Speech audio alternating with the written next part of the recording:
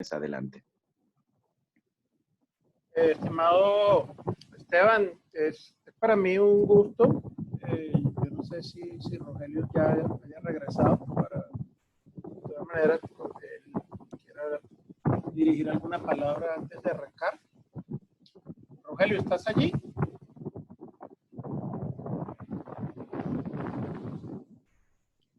Está saludando por chat, por alguna razón no puede contestar en No, el de repente micrófono. tiene problemas con el micrófono. Bueno, no importa, trata de reiniciar y si no, de todas maneras, pues para las preguntas, ahí te esperamos también para ver si puedes solucionar el problema. Bueno, primero que nada, es para mí un gusto y un gran placer compartir con ustedes esta tarde de hoy. ¿Vas a molestarte conmigo?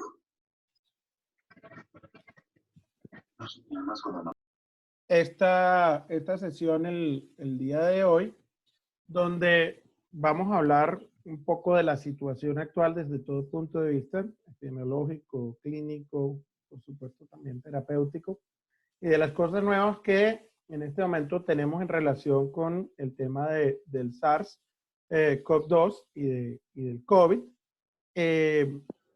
Agradecer, por supuesto, la invitación, la gentil invitación, como lo vemos acá en la pantalla, pues especialmente de todas las entidades, colegios, secretaría, de pediatras, en diferentes ámbitos allá en México. Yo les saludo desde Colombia, desde Pereira, específicamente la capital de Risaralda y el eje cafetero acá. Y yo soy el vicepresidente de la Asociación Colombiana de Infectología.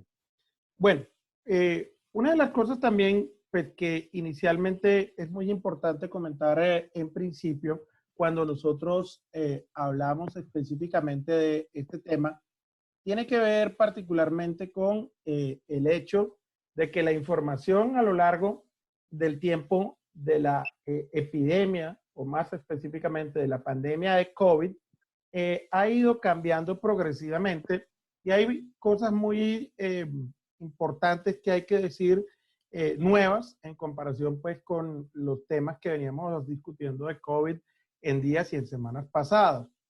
Es por ende que pues esta temática cambia de forma bastante importante, semana tras semana, incluso día tras día tenemos nuevos hallazgos, nueva información y que obviamente además, y como podríamos discutir, no solamente por el impacto que ha tenido la situación de la pandemia, sino por lo diverso de la capacidad y sobre todo el tropismo tan amplio que este virus tiene, con todas sus implicaciones, pues va a tener para diferentes especialidades, en diferentes etapas de la vida también, como nos vamos a referir en su momento, especialmente también a los temas sobre todo de interés y novedad en el ámbito particularmente pediátrico.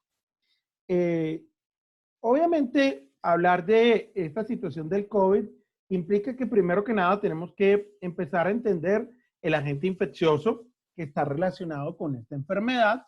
Nosotros aquí hablamos específicamente de lo que son los coronavirus y los coronavirus hacen parte específicamente de una subfamilia que es la subfamilia Orthocoronavirinae, y esta subfamilia tiene 4 géneros que han sido ampliamente conocidos: el género alfa, beta, delta y gamma coronavirus, de los cuales fundamentalmente los que nos interesan a efectos del ser humano y lo que es la posibilidad de infectarnos, estos se encuentran fundamentalmente en el género alfa coronavirus y en el género beta coronavirus.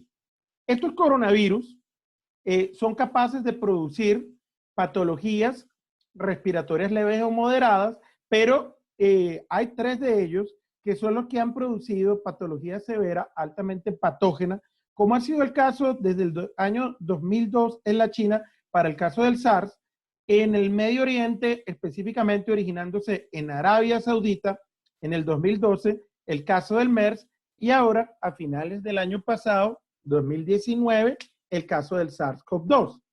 es importante aclarar en este punto que no se debe confundir, especialmente dentro del personal médico, lo que es el SARS-CoV-2 del COVID-19. Cuando nosotros nos referimos al SARS-CoV-2, nos estamos refiriendo específicamente al virus, que es el virus del síndrome respiratorio agudo severo, coronavirus tipo 2. El primero fue el del SARS en 2002, el del MERS, que es el del síndrome respiratorio del Medio Oriente. Y entonces este SARS-CoV-2, este virus, produce una enfermedad, produce una patología que es la llamada enfermedad por coronavirus, es decir, el COVID-19 por las siglas en inglés, que es Coronavirus Disease 2019. Entonces, esto primero que nada es importante diferenciarlo. Y estas son enfermedades que pues han venido causando, previo a esta pandemia, ya venían causando preocupación, ya eran objeto de las discusiones que de hecho en los paneles de expertos teníamos en la Organización Mundial de la Salud, y en ese sentido, por supuesto, eran objeto de una amplia discusión con respecto a las implicaciones que estos agentes infecciosos tienen desde el punto de vista de mantener el tema de la investigación y el desarrollo de diagnósticos de medicamentos y en general lo que llamamos medidas o contramedidas para, por supuesto, el control de estas enfermedades por coronavirus, como lo vemos acá en este documento que generamos justamente con la OMS en 2018, enumerando múltiples enfermedades emergentes, el caso del Zika, bien conocido, el chikungunya, como muy bien hablaba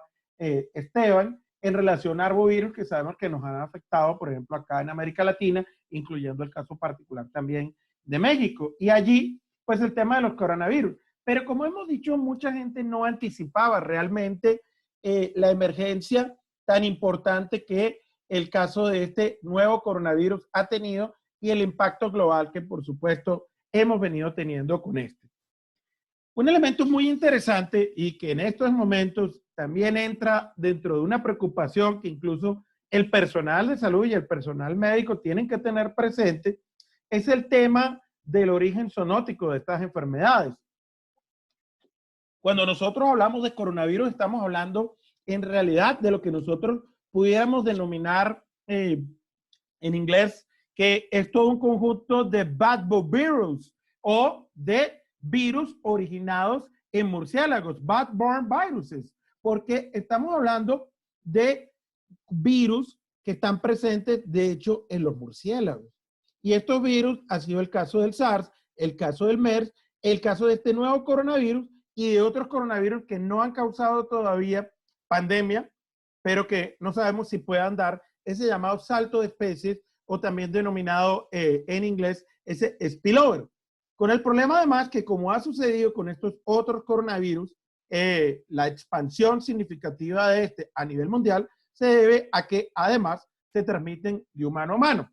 Pero en toda esta interfase de la llamada One Health o de una salud, donde tenemos la salud humana y tenemos también esa relación con los animales y con el ambiente o con la naturaleza, entonces tenemos también una preocupación en la actualidad donde no sabemos realmente hasta qué punto también vamos a tener otras situaciones emergentes que en los últimos días especialmente han cobrado mucha importancia, como es la posibilidad de la transmisión del ser humano a ciertos hospedadores animales, como se ha visto el caso, por ejemplo, de gatos, de perros y otros animales de este coronavirus que está produciendo la pandemia, lo cual obviamente tiene múltiples implicaciones en esa interacción que nosotros como seres humanos tenemos también con los animales de compañía o con las mascotas dentro y fuera del hogar, y por supuesto es un tema que en este momento también hay que tomar en consideración, y yo diría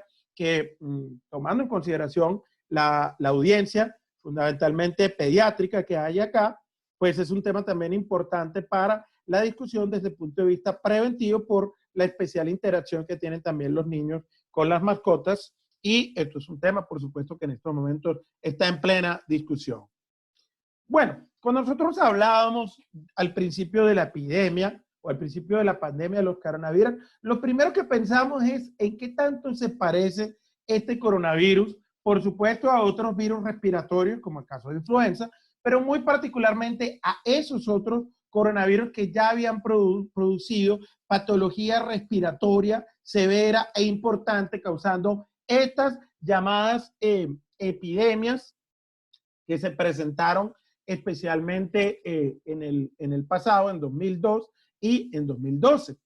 Y por supuesto, hay múltiples elementos que hay allí de similitud desde el punto de vista de su comportamiento biológico, pero sin lugar a dudas, este es un nuevo virus, es una nueva enfermedad y como tal nos ha ido mostrando múltiples implicaciones, no solamente desde sus orígenes biológicos, desde sus aspectos moleculares, genómicos, filogenéticos, sino muy especialmente también desde el punto de vista epidemiológico y desde el punto de vista clínico. Pero por supuesto que entre ellos hay cosas interesantes desde el punto de vista de sus similitudes y una de ellas, como podemos apreciar acá, son los mecanismos que usa el virus para poder infectar un amplio rango de células. Y esto es un aspecto importante. Hoy en día, creo yo, que para todos es ampliamente conocido que cuando nosotros hablamos del SARS-CoV-2, hablamos de un virus que en realidad tiene una amplia capacidad de infección en diferentes órganos y tejidos, especialmente en aquellas células, como ocurre con las células epiteliales del tracto respiratorio bajo, especialmente el caso específico de las células epiteliales bronquiales ciliadas, que van a tener o expresar en su superficie receptores de la enzima convertidora de angiotensina 2. Y esto es un elemento muy importante porque eso abre la posibilidad de que este virus pueda literalmente llegar a cualquier órgano y sistema y con ello pues tener la posibilidad de producir de forma directa o indirecta patología. Recordemos que menciono directa o indirecta por el hecho de que también tenemos una respuesta inflamatoria sistémica muy importante de la cual vamos a hablar y de la cual especialmente lo que concierne a la llamada cascada de citoquinas, pues es uno de los elementos, o la tormenta de citoquinas, es uno de los elementos que en este momento causa una gran preocupación. Es así entonces que el virus va a infectar a nivel celular. Nosotros vamos a poder acá apreciarlo. Aquí tenemos una microscopía electrónica de uno de los grupos, de hecho, con los que colaboramos, el grupo de la Universidad de Hong Kong. Y acá podemos apreciar el momento en el cual el coronavirus justamente se está uniendo a nivel celular a través del receptor de AC2 y va obviamente a poder ingresar, liberar su genoma viral, hacer la transcripción de las proteínas de la polimerasa viral y empezar esos procesos posteriormente de replicación del ARN y los procesos de replicación genómica hasta llegar finalmente a generar nuevos virus que pueden ser capaces de infectar otras células.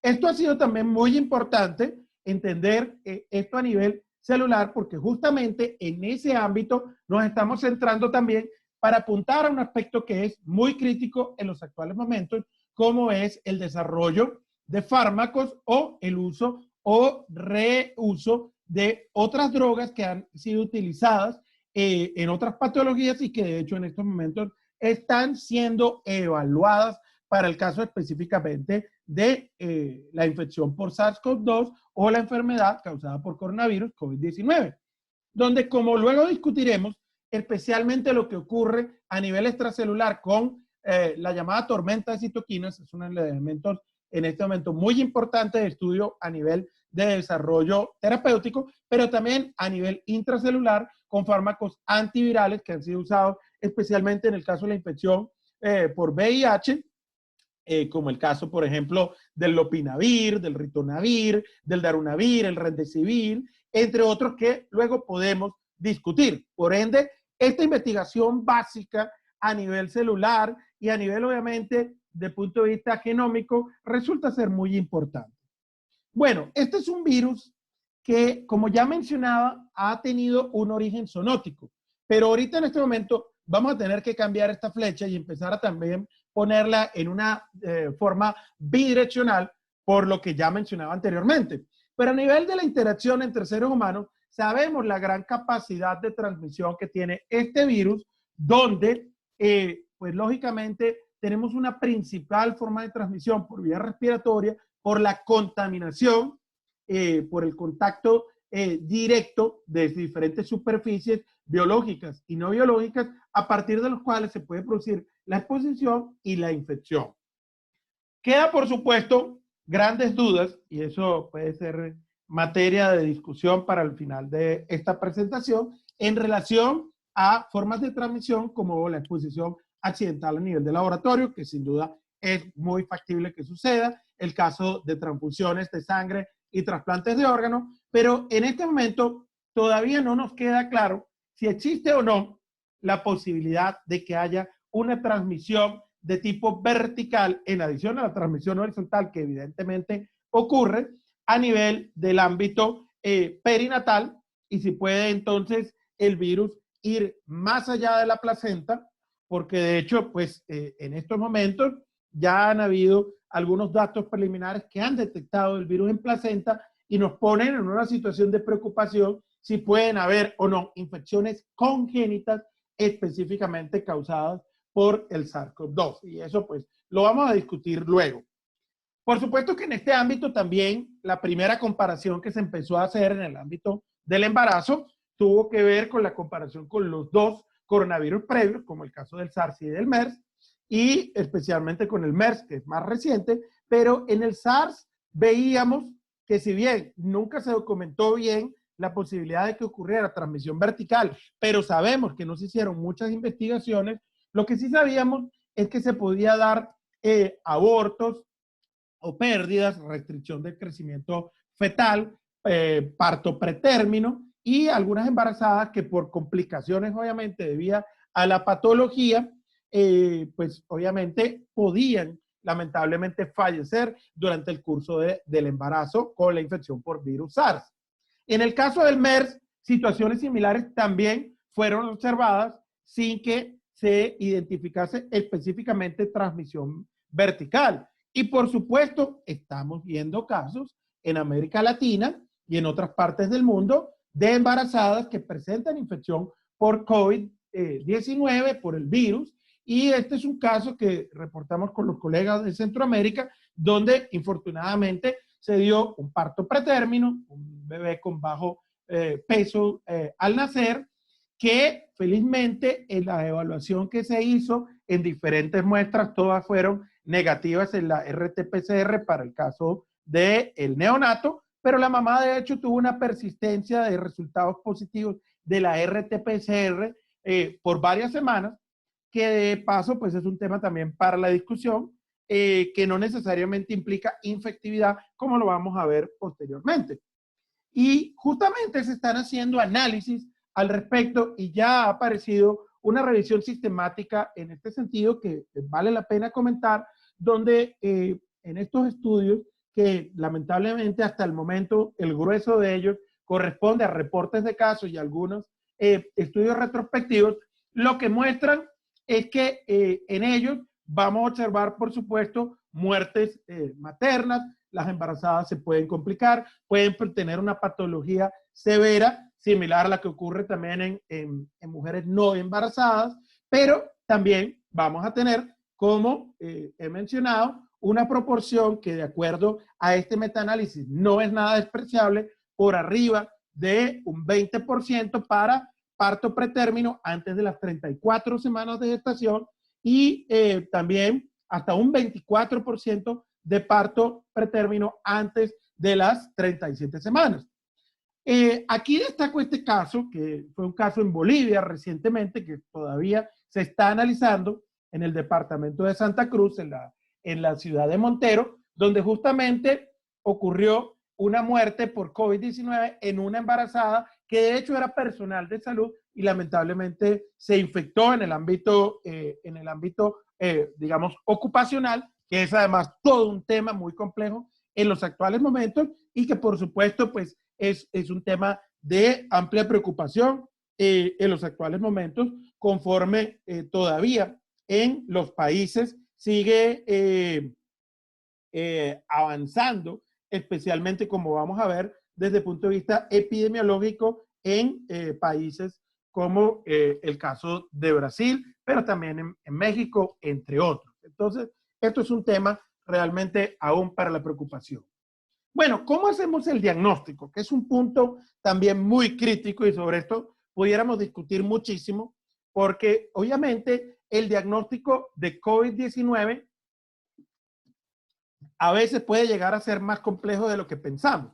Y por supuesto, en primera instancia, tenemos que considerar el diagnóstico de los sujetos sintomáticos, tenemos que hablar también de los asintomáticos, pero dentro de aquellos que presentan sintomatología, debemos considerar no solamente los síntomas que clásicamente se describieron en principio, sino cómo ha ido esto cambiando, y de eso abordaremos a continuación, porque es un primer punto importante en la sospecha clínica.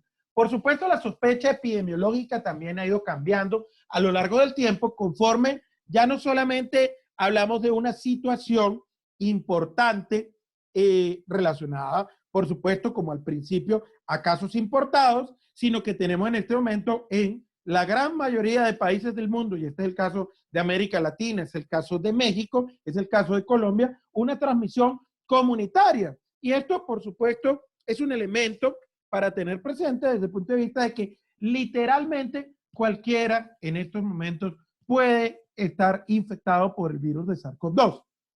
¿Cómo lo vamos a detectar? ¿Cómo vamos a hacer el diagnóstico etiológico?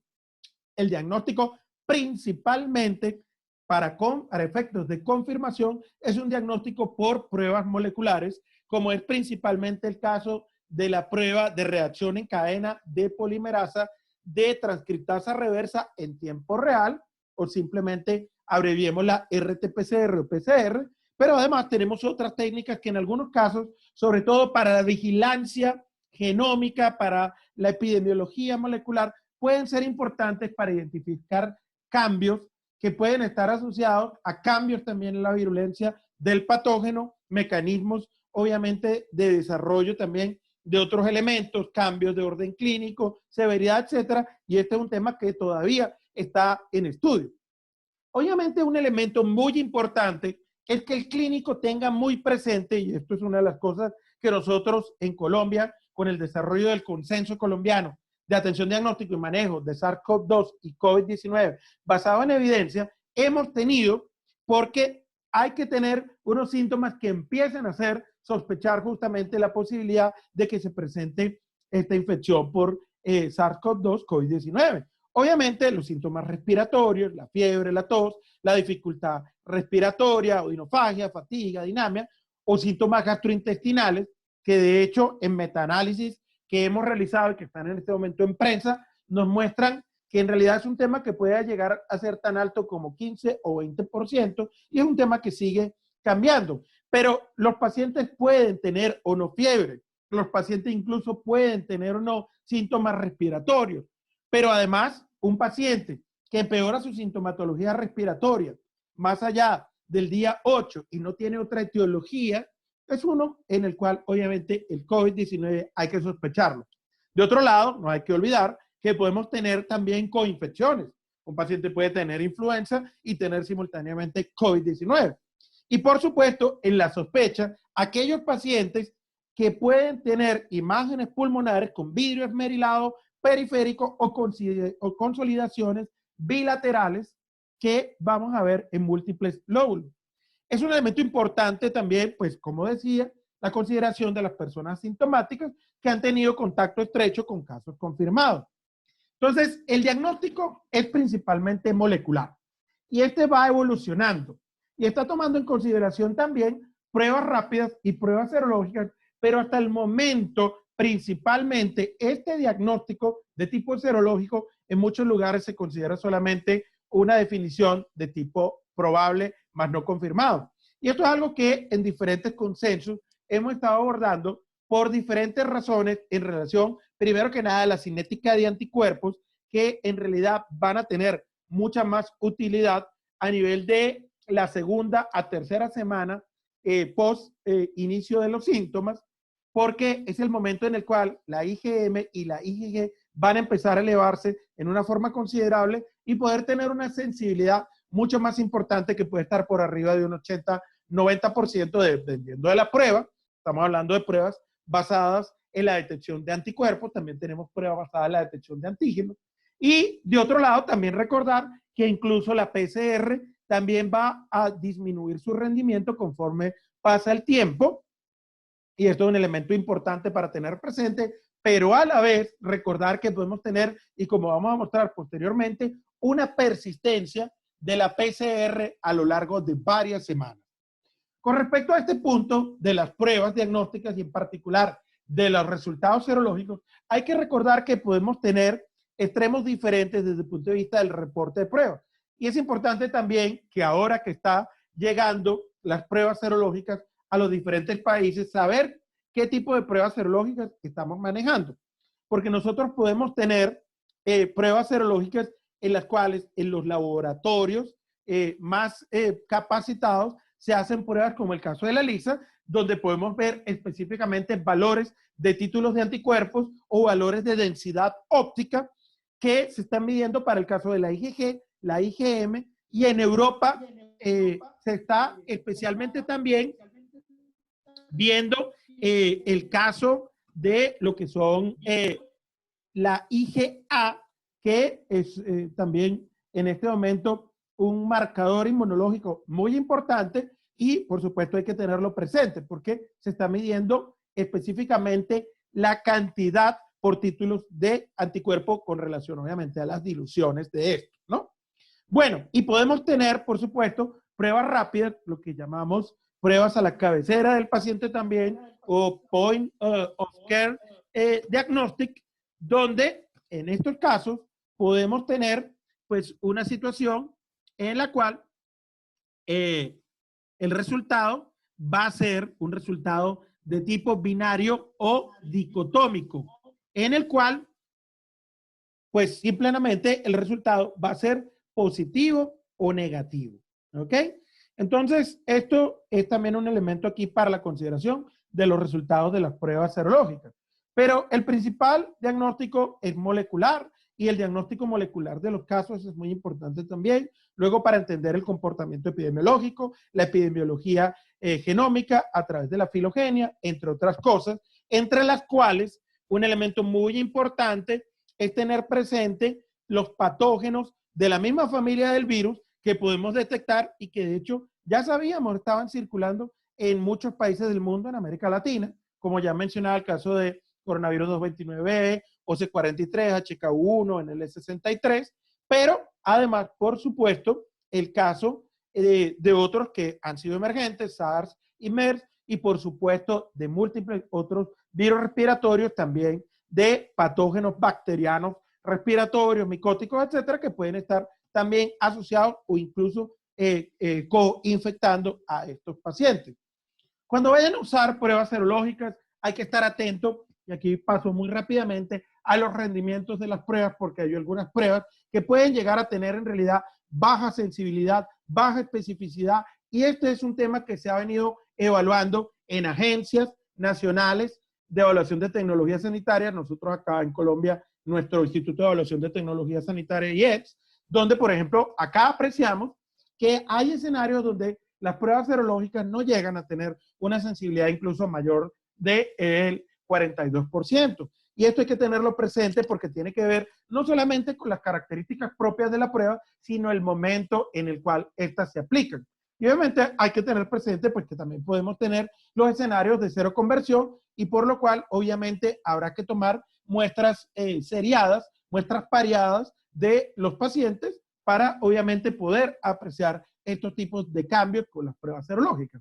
Les recomiendo en tal sentido que pueden consultar también para estos efectos la plataforma FindDx, que es una plataforma que nos permite consultar en tiempo real las pruebas que existen disponibles para el diagnóstico de tipo anticuerpo, de tipo basada en detección de antígeno y por supuesto también de tipo molecular y conocer obviamente su rendimiento. Pero además es importante tener presente que el escenario ideal no sería solamente usar un tipo de pruebas, solo usar PCR o solo usar pruebas serológicas, sino que podemos tener para una mejor interpretación, como apreciamos acá, el uso combinado de estas pruebas, donde así podemos tener mayor certeza de un verdadero cuadro negativo, porque podemos tener también falsas PCR positivas o falsas PCR negativas. Sobre todo, en algunos casos nos preocupan por diferentes razones las PCR, los falsos negativos en la PCR, y por supuesto también los criterios que muchos países, acá lo tenemos y acá es así en Colombia, de recuperación, que es un paciente que originalmente tuvo infección, que tuvo sintomatología, una PCR positiva, y luego en el tiempo, en el seguimiento, pues obviamente termina con una PCR de seguimiento que es negativa.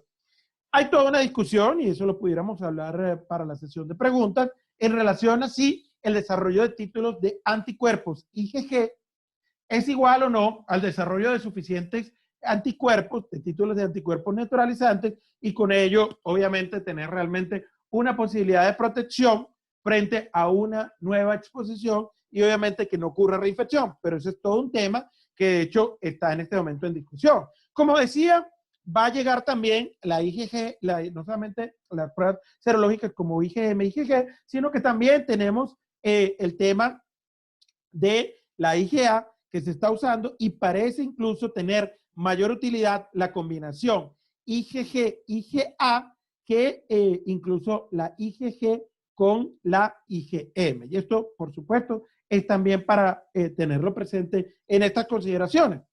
Y como decía, y esto es parte de una reunión en la cual estuvimos la semana pasada con la Sociedad Europea de Enfermedades Infecciosas, donde justamente se discutía que estas pruebas nos sirven para tener un caso probable, pero que en algunos casos deben ser acopladas en serie, podrían ser obviamente en paralelo, pero es importante tener presente pues que en muchos países solamente hablamos de una confirmación cuando tenemos una prueba de PCR realizada. Bueno, obviamente, como estamos mencionando, todo esto de las pruebas diagnósticas ya de por sí es un reto diagnóstico, y en ese sentido quiero hacerles recordar que el aislamiento del virus no es igual a lo largo del tiempo que lo que ocurre con la detección por PCR. La detección de PCR solamente nos indica que hay material genómico circulante, y esto no significa necesariamente que sea infectante. Podemos ver acá que un paciente puede tener hasta por más de 6 semanas una PCR positivo a partir del hisopado nasofaringio, pero también puede dar positivo a partir de muestras del esputo o del lavado broncoalveolar, o incluso muestras también de tipo fecal.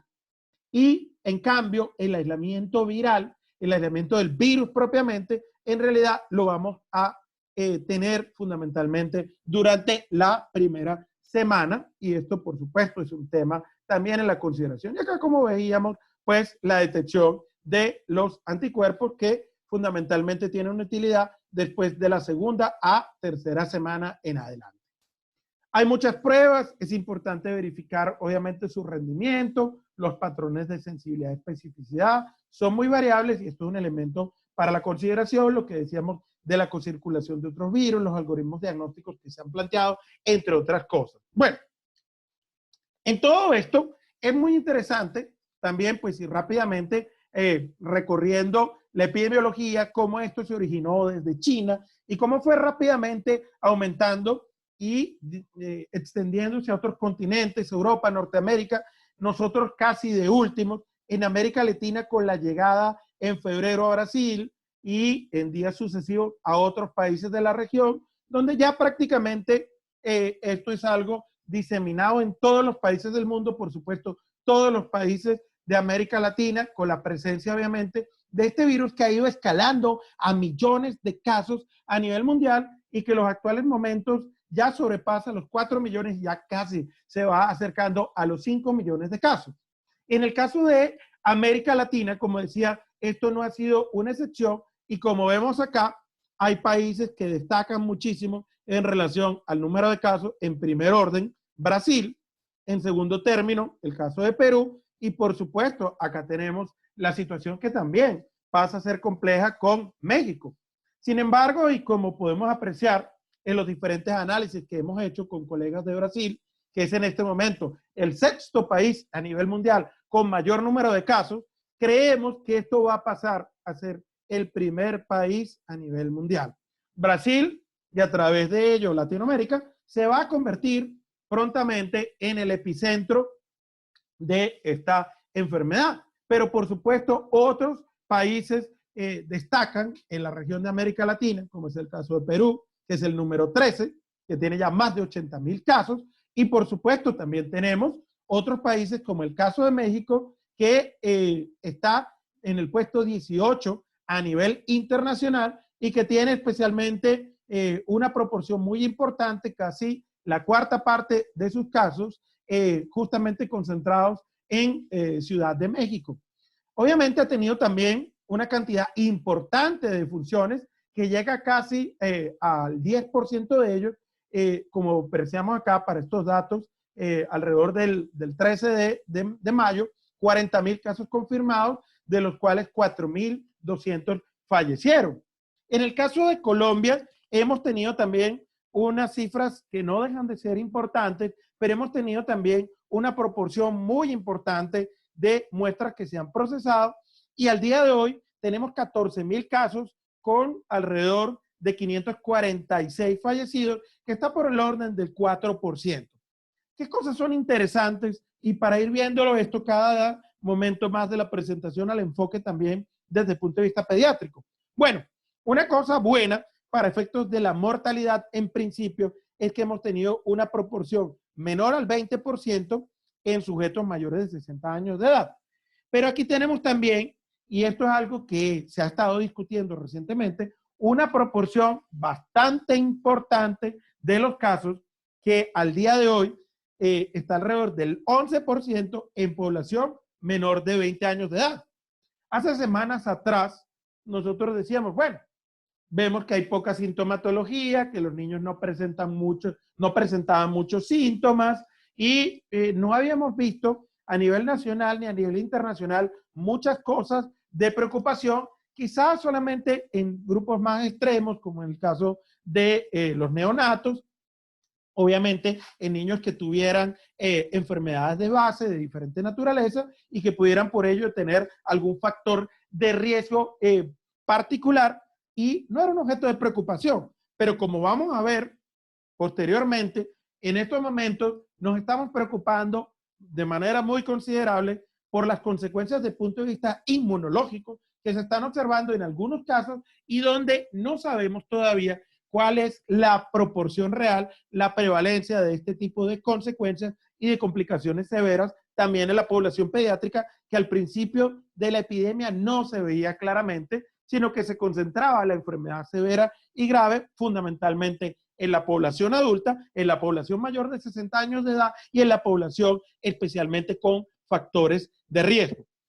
Este perfil demográfico, felizmente de todas maneras, en países como Colombia y aquellos que sean muy similares a este en América Latina, es importante en el hecho de que pues hemos tenido una proporción importante de pacientes que se han recuperado, una proporción por debajo del 5% que han fallecido, y además, por supuesto, con ello, una proporción importante de casos que son fundamentalmente leves, de casos que se manejan fundamentalmente en casa. Y esto ha sido bueno porque hasta el momento, y hoy justamente tenemos un paper que no alcancé a incluir en esta presentación, pero que acaba de salir, que no hemos tenido y no se espera que en las próximas semanas Colombia, por ejemplo, tenga colapsadas sus unidades de cuidados intensivos como consecuencia de los casos de coronavirus, porque no ha aumentado por una parte de forma tan importante el número de casos como lo esperábamos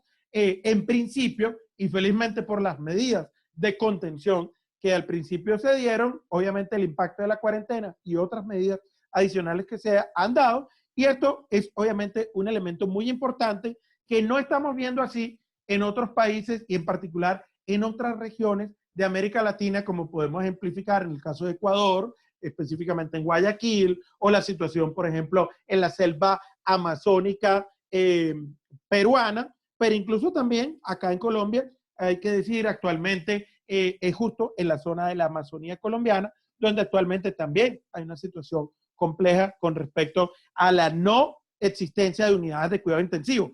Pues esto es un tema también para la preocupación. Entonces, bueno, con toda esta situación ha habido un cambio importante también en el testeo, en el diagnóstico. Se está ampliando obviamente esta situación, y esto es importante porque justamente debemos tener un testeo masivo, un diagnóstico masivo. En ese sentido, Chile lleva la delantera en América Latina en lo que concierne específicamente a la realización de pruebas, y en Colombia vamos también muy bien. Aquí vean la situación de México. México también ha hecho ya más de 120,000 pruebas, y esto es un elemento muy importante, pero este gráfico que está aquí nos muestra también que debemos ampliar el testeo masivo. Aquí tenemos que México en los actuales momentos es de la región uno de los países que está presentando por tasa de letalidad, la tasa de letalidad más alta de la región, y esto es un elemento a considerar. Le sigue Ecuador y Brasil, que además en términos absolutos no solamente tiene una alta tasa de letalidad, sino que es el sexto país del mundo con mayor cantidad de muertes reportadas en los actuales momentos. Como les decía, es importante ampliar nuestro denominador, y para eso necesitamos una mayor cantidad de pruebas. El testeo masivo va a ser importante en este sentido, porque esto justamente pues tiene relación con estos panoramas desde el punto de vista epidemiológico. Bueno, entrando ya en la parte clínica, como decía, pues esta ha sido una enfermedad que en principio pues hablábamos de síntomas como la fiebre, alteraciones a nivel respiratorio, la tos, la disnea o dificultad para respirar, también síntomas gastrointestinales, pero lo que hemos visto a lo largo del tiempo es que puede haber un compromiso múltiple de órganos y sistemas.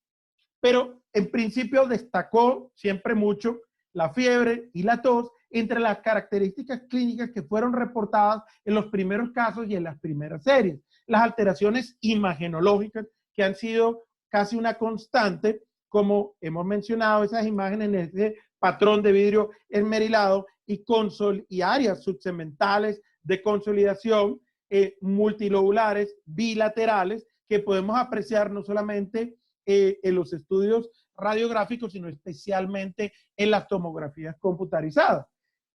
Nosotros hicimos una revisión sistemática, una de las primeras de ellas, con metaanálisis, y acá nosotros justamente al principio, con los datos que se tenían, justamente observábamos unas diferencias importantes con respecto a la frecuencia de la fiebre y la tos entre la población adulta y la población pediátrica. Nosotros veíamos que para el caso de la fiebre había una diferencia incluso estadísticamente significativa, donde la población adulta que había sido evaluada en estos estudios estaba cerca de un 93%, en comparación con la pediátrica alrededor de un 44%. También se veían diferencias muy importantes para el caso de la tos, y había en este caso 63% para el caso de la población adulta, 22% para el caso de la pediátrica. Pero en aquel entonces, estamos hablando, fíjense acá, del 13 de marzo, habían pocos estudios publicados en el ámbito pediátrico,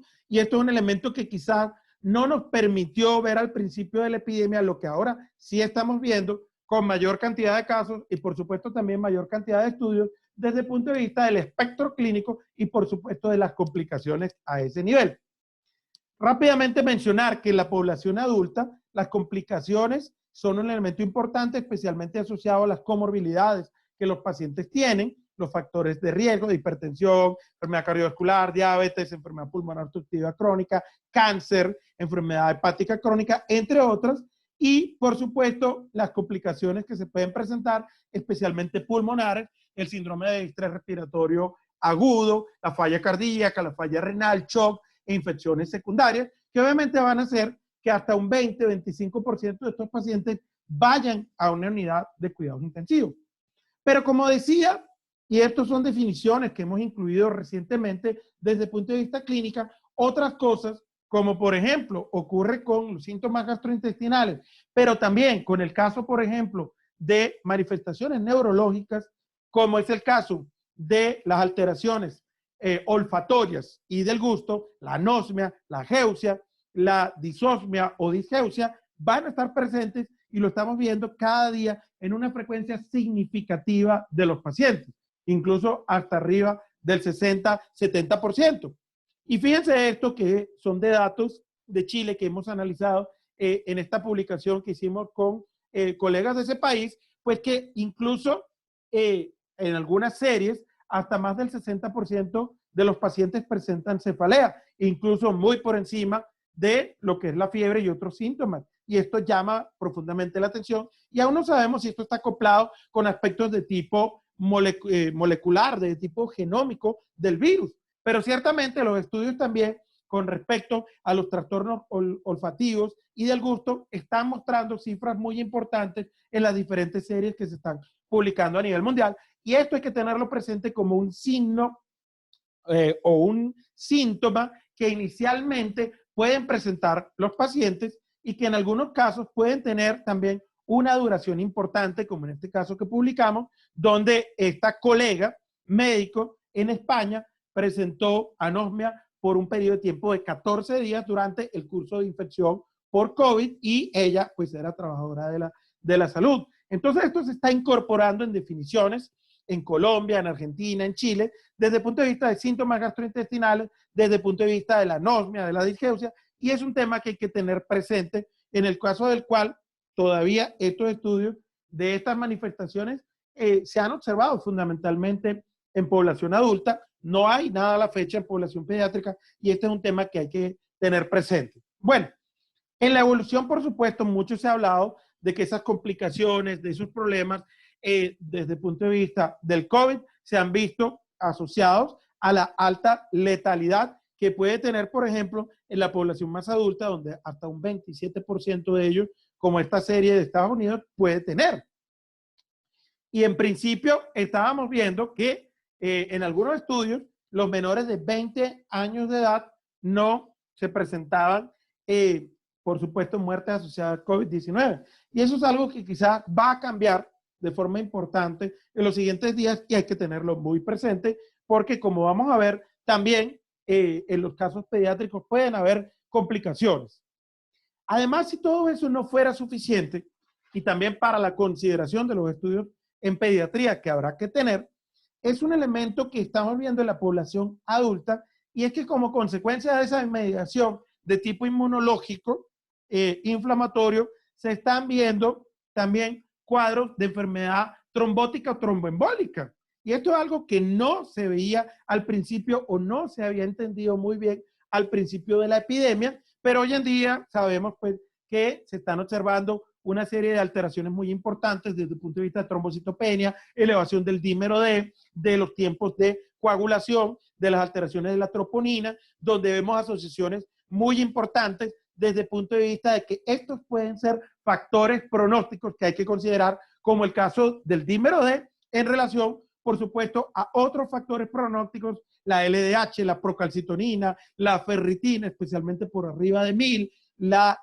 linfopenia, entre otros marcadores que nos pueden obviamente hablar de esto. Y en base a todo esto, por supuesto, se están en este momento desarrollando propuestas de intervención, como es el caso, obviamente, de anticoagulantes, de heparinas de bajo peso molecular, etcétera, en todo el tema de prevención de enfermedad tromboembólica venosa en diferentes escenarios de punto de vista clínica, asintomáticos versus sintomáticos, leves, moderados y severos, que pueden estar obviamente en riesgo hacia una progresión de la enfermedad y que pueden obviamente incluso terminar en un cuadro de una verdadera coagulación intravascular diseminada. Y esto, por supuesto, es un tema que hay que tener presente. En muchos casos, por supuesto, van a haber algunos marcadores más complejos de tener, pero que terminan siendo muy importantes por las implicaciones que tiene desde el punto de vista inflamatorio, como el caso de ciertas citoquinas, especialmente la interleuquina 6, pero por supuesto hay que tener presente estos otros factores de riesgo, como hemos venido mencionando y que pueden ser asociados, especialmente en la población adulta, con todo esto. Bueno, ¿qué pasa en la población pediátrica? Bueno, todo el mundo hoy está hablando de Kawasaki. Y la gente habla de Kawasaki, Kawasaki, Kawasaki, pero ya les voy a comentar también pues lo que recientemente ha dicho la Organización Mundial de la Salud frente a este tema. Porque lo que se ha planteado en las publicaciones recientes sobre ello es que justamente se estaría presentando una enfermedad de Kawasaki asociada a COVID-19. Pero obviamente hay que recordar, y en eso por supuesto ustedes, los pediatras, tienen una inmensa experiencia con todo lo que es justamente propiamente dicho el Kawasaki y todos los criterios que se han venido estudiando y adaptando a lo largo del tiempo desde el punto de vista de la clasificación clínica y de laboratorio de los pacientes que realmente tienen una enfermedad cuya etiología realmente no está verdaderamente establecida, que justamente, pues en realidad, y como lo vamos a mostrar posteriormente, no podemos realmente denominar a esto un Kawasaki. Sin embargo, lo que sí es muy importante tener presente es que se parece mucho a un Kawasaki. Y por eso también, pues lógicamente, lo que ustedes van a encontrar en este momento en la literatura, se está hablando también de una enfermedad tipo Kawasaki o un Kawasaki Light. Y por supuesto, vemos que en estos casos pediátricos, como se han venido reportando, esto es justamente de la misma publicación en el Hospital Pediatrics, podemos ver que estos casos pueden presentar, por ejemplo, inyección conjuntival vulvar, pueden presentar estos cuadros muy severos, por supuesto, de rash maculopapular y, por supuesto, en general, edema y eritema en las extremidades. Entonces, obviamente, esto empieza a ser un cuadro de preocupación en el ámbito pediátrico y donde incluso algunas publicaciones como esta en the Journal of Pediatrics plantean si estos son diagnósticos perdidos o diagnósticos tardíos de enfermedad por Kawasaki durante el periodo de esta pandemia. Y de ahí que se hagan recomendaciones que son muy importantes, y me disculpan esta diapositiva un poco que es del artículo directamente, donde lo primero es tener un alto nivel de sospecha de la enfermedad Kawasaki en toda la población pediátrica con fiebre prolongada, pero especialmente, por supuesto, en los menores de 1 año de edad. Tener la consideración de la administración de inmunoglobulinas en los primeros 10 días, idealmente dentro de los primeros 7 días al inicio de la fiebre, en la presencia de inflamación sistémica, los niños con Kawasaki presentándose con más de 10 días de fiebre, también, pues obviamente con la medición de anticuerpos, pues obviamente la consideración de las inmunoglobulinas, la realización de estudios a nivel cardiovascular, electro y ecocardiográfico, tener presente las manifestaciones tardías, la revisión obviamente de la historia clínica, de la consulta o interconsulta con cardiología pediátrica, en el caso de los diagnósticos tardíos, verificar obviamente las guías de manejo de la AJA o contactar, por supuesto, expertos en enfermedad por Kawasaki, y también en el escenario que tenemos en estos momentos en muchos países de la cuarentena, tener la posibilidad de ofrecer servicios de telemedicina con respecto, obviamente, a la evaluación desde el punto de vista de estos posibles casos sospechosos de ese, en principio mal llamado, cuadro de enfermedad de Kawasaki asociada a COVID o en Kawasaki Light, o como también se le ha denominado en publicaciones como esta, enfermedad de Kawasaki incompleto, donde, pues, como decía, vamos a tener estos cuadros clínicos de compromiso a nivel cardiovascular, por lo cual, por supuesto, lo que concierne a la evaluación también ecocardiográfica va a ser un elemento muy importante. Y entonces, especialmente en los últimos días, se empieza a reconocer esta enfermedad inflamatoria o inicialmente o posteriormente llamada enfermedad de tipo Kawasaki o Kawasaki Light como una complicación emergente durante el curso de la pandemia por COVID, como se ha planteado en esa comunicación en Lancet. Y aquí está quizá uno de los estudios más importantes sobre el cual podemos sacar múltiples conclusiones en relación justamente a esta enfermedad y donde lo que más llama la atención de este estudio publicado por los italianos en relación a este Kawasaki Light o enfermedad multisistémica inflamatoria pediátrica asociada a COVID es que justamente se ha visto, primero que nada, una sucesión ecológica, un incremento muy importante en el número de casos de Kawasaki, grave y no grave. Y esto, primero que nada, es un elemento muy importante que, pues obviamente coincide con el pico de la epidemia y los diagnósticos de enfermedad por Kawasaki que se han venido haciendo en Italia, especialmente en el norte de Italia y en otras partes, como el caso, por ejemplo, acá de la ciudad de Bérgamo, de donde es este estudio. Y aquí lo vemos en la comparación de lo que fue antes y después de la epidemia en Italia, donde pues se dio un cambio radical en la incidencia de 0.3 casos por mes en comparación a 10 por mes, una diferencia significativa, pero también desde el punto de vista clínico, cómo se veían diferencias clínicas a nivel de los contagios de leucocitos, de neutrófilos, de linfocitos. Aquí vean la diferencia desde el punto de vista de cuadros con mucha más linfopenia a nivel de la trombocitopenia, alteraciones de electrolitos como el sodio, la ferritina, que es algo muy consistente con los cuadros de enfermedad severa en COVID, que vemos especialmente en población adulta y que es de mal pronóstico, especialmente por arriba de 1000, pero también desde el punto de vista de los criterios que son más ya asociados justamente con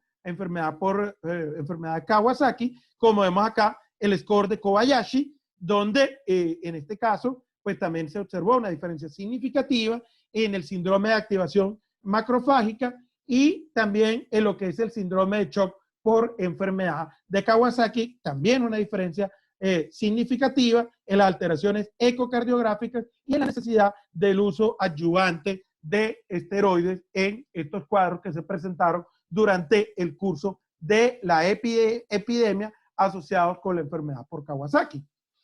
Esto obviamente todavía podemos decir que es algo que hay que estudiar en mucha más profundidad, que los datos todavía son limitados. Ciertamente no conocemos cuál es la prevalencia de esta complicación en la población pediátrica y esto va a ser objeto de los estudios inmediatamente que se están realizando como este a nivel mundial. Sin embargo, de esta serie de casos publicados en Lancet, es importante mencionar que no se encontraron otros patógenos respiratorios asociados en las muestras de los hisopados nasales, pero en algunos casos se encontraron positivos por la PCR para el SARS-CoV-2 y en la mayoría de ellos se encontró serología positiva, especialmente de IgG. Sin embargo, pues esto habla también del curso o el momento en el cual se diagnosticaron estos casos, que es todo un tema que hay que tener presente. Y también acá, como lo vemos en 3 casos de ellos, la posible asociación con el hecho de que los cuidadores hubiesen resultado positivos a los hisopados nasales para PCR a el virus de SARS-CoV-2. Bueno, obviamente la pregunta que muchos plantean, y esto es de la revista Cardiology in the Young, es si realmente deberíamos estar sorprendidos por esto. Y yo les diría que no, porque de hecho con todo lo que hemos visto a lo largo de estos meses, desde el punto de vista de la respuesta inflamatoria que se da y que en algunos casos puede ser tan severa en COVID, esto no debería necesariamente causar una sorpresa. ¿Qué ha dicho la Organización Mundial de la Salud? Y esto lo dijo el día de ayer, es el pronunciamiento con respecto, primero que nada, de no hablar de enfermedad de Kawasaki.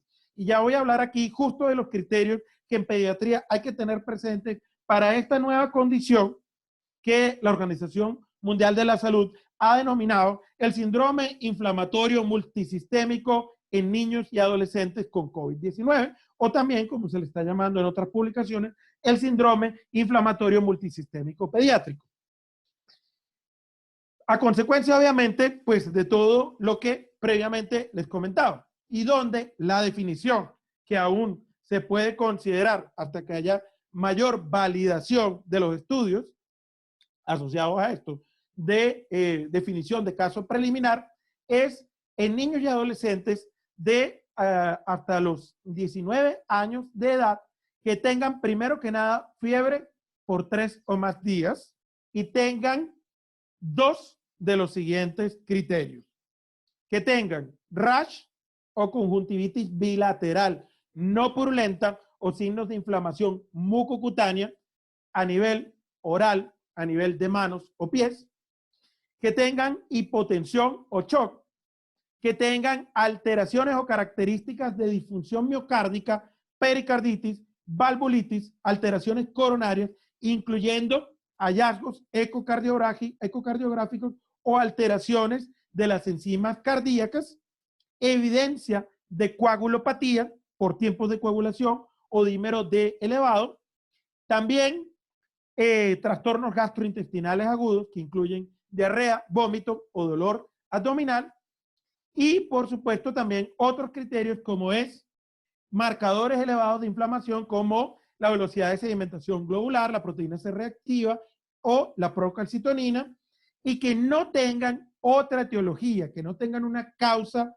microbiana obvia de inflamación, incluyendo sepsis bacteriana, síndromes de CHOP por estafilococo o por estreptococo, y finalmente que haya la evidencia de algún tipo a nivel de laboratorio de infección presente o reciente por el SARS-CoV-2, el COVID-19, como es el caso de la RT-PCR, pruebas de antígenos o en general pruebas serológicas, o que haya un contacto probable con pacientes con COVID-19.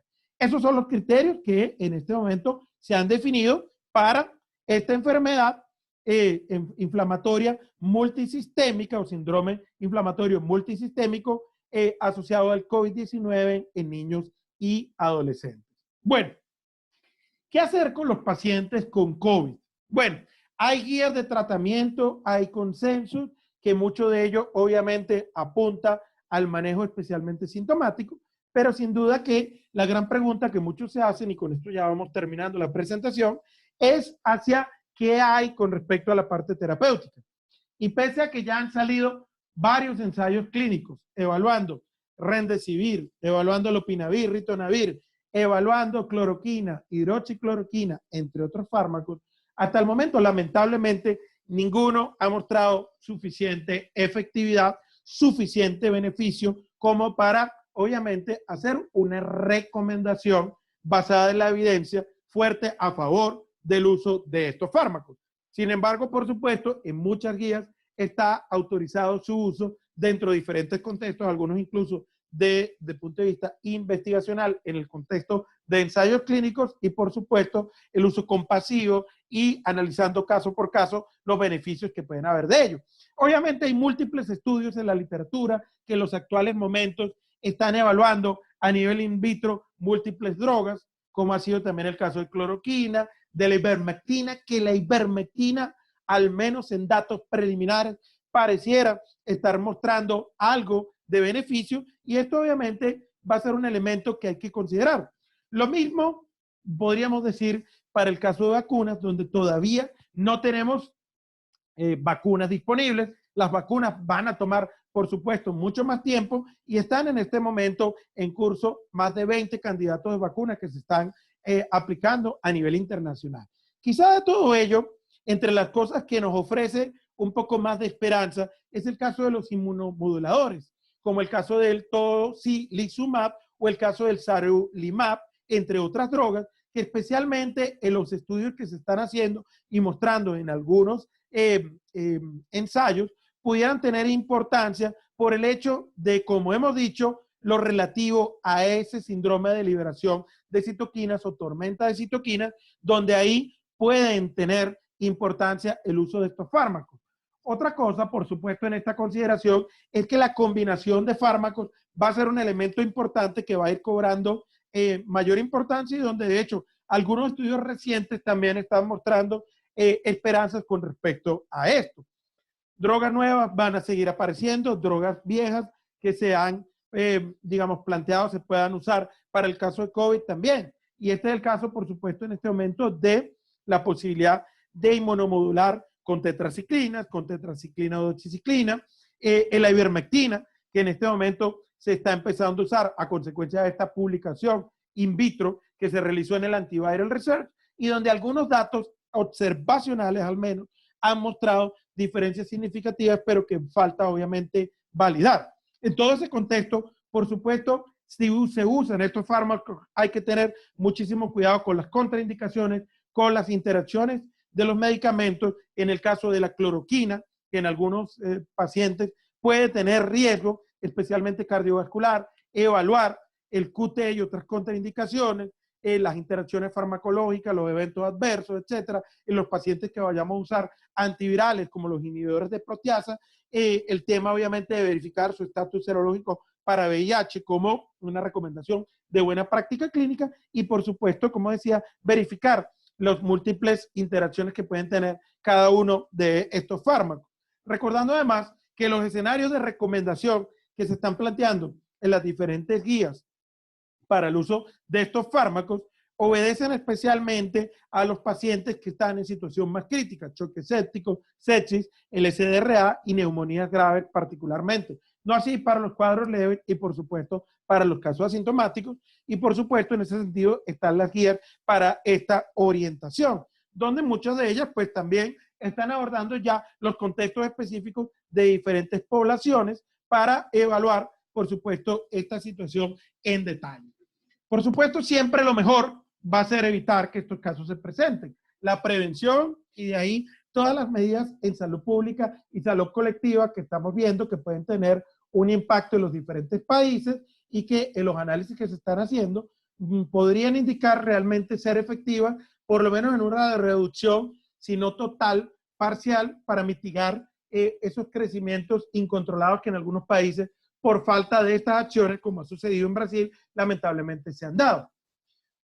Por supuesto, el personal de salud, ahí también, la prevención en estos es importante y en ese sentido han habido toda una serie de recomendaciones sobre el uso correcto, obviamente, del equipo de protección personal, aunque sabemos que hay escenarios que pueden ser sumamente complejos, especialmente los quirúrgicos, pero pues ahí están las recomendaciones para, obviamente, tratar de mejorar el donning, el DOFI, el monitoreo y, obviamente, la diferenciación en el tipo de equipos de protección personal y los escenarios clínicos que se van a tener.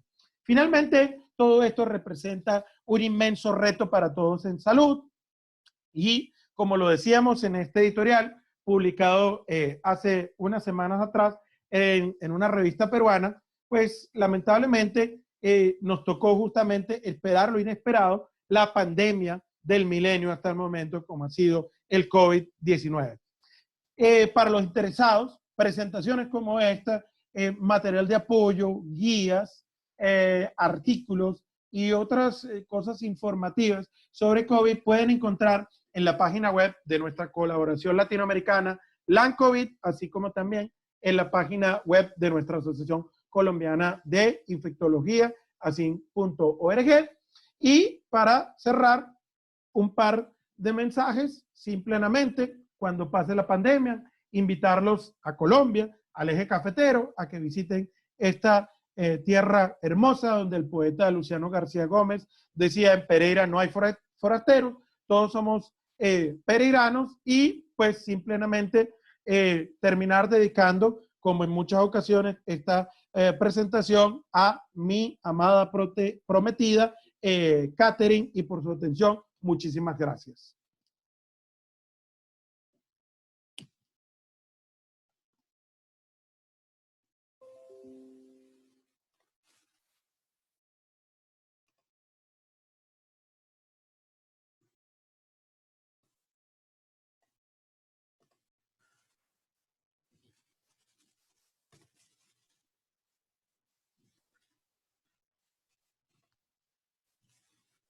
Ok, muchísimas gracias, Alfonso, nuevamente por tu participación. El fondo de que te pones. Te emocionaste demasiado y tristemente algunas gente se quedaron fuera de la reunión, pero yo creo que podemos abrir el tema a preguntas y respuestas de los que están asistentes. Tengo por ahí notado varios y entonces, pues para ver si pueden hacer las preguntas la gente, por favor, que está presente. Sí.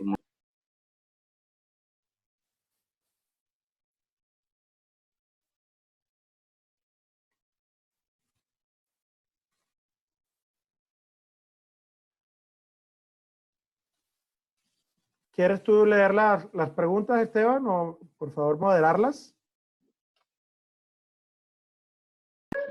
Ok, déjame checar el chat. Bueno, el primera pregunta,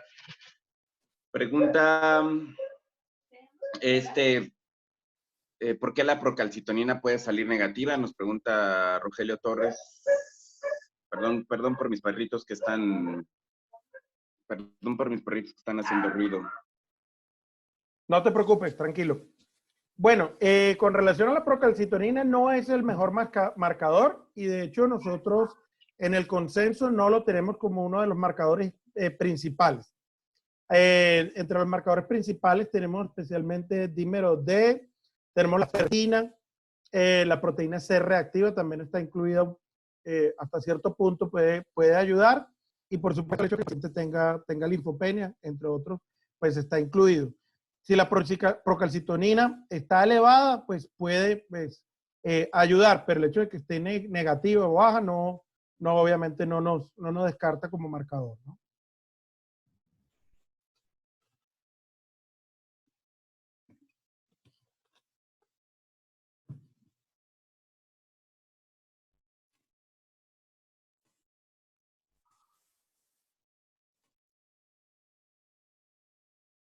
Y quedó congelado Esteban. Perdón. Ya, tranquilo. Comenta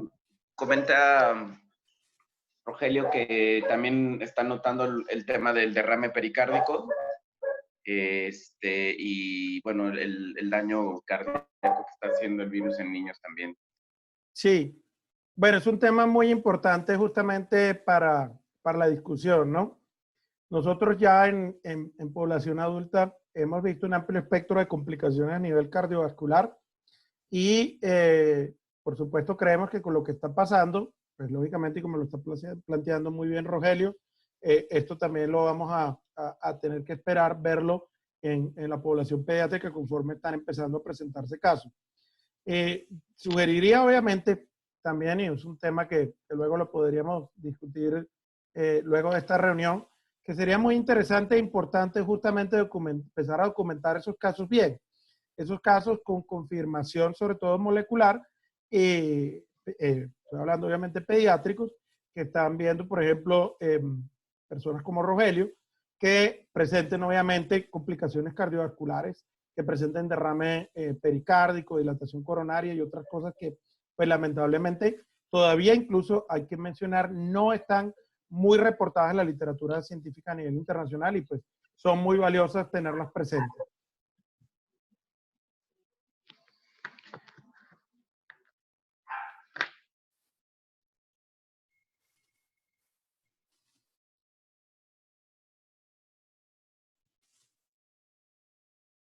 ¿Te quedaste sin audio?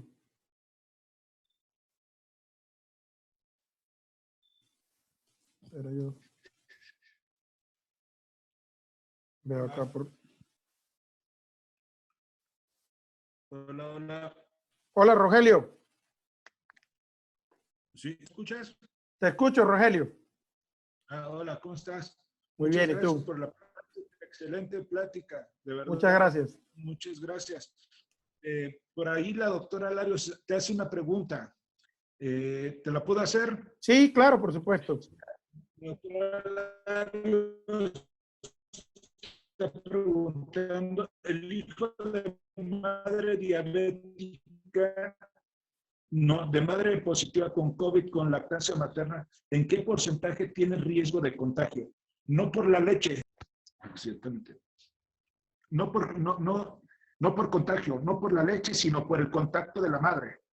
Bueno, ese tema es uno de los puntos justamente que nosotros hemos discutido también en el contexto de nuestro consenso y obviamente ese riesgo existe. Esa transmisión en este caso horizontal, no vertical, es importante tenerlo presente porque obviamente pues lo ideal es reducir los contactos de riesgo, ¿ok? En tal sentido pues toda la medida, si se puede obviamente extraer la leche y que no haya ese contacto directo, obviamente todo el tema de la apropiada higiene, el uso obviamente del tapaboca, ojalá en este caso con ella N95 incluso, para evitar al máximo posible ese contacto en estas circunstancias en la cual la madre todavía está positivo, pues justamente está dentro de la discusión y las recomendaciones que en este sentido se han venido haciendo. Es un tema, pues obviamente muy complejo y que hay que evaluarlo en cada caso particular. Obviamente una de las cosas importantes con este tema de la RT-PCR es saber también cuánto es el tiempo que ha transcurrido.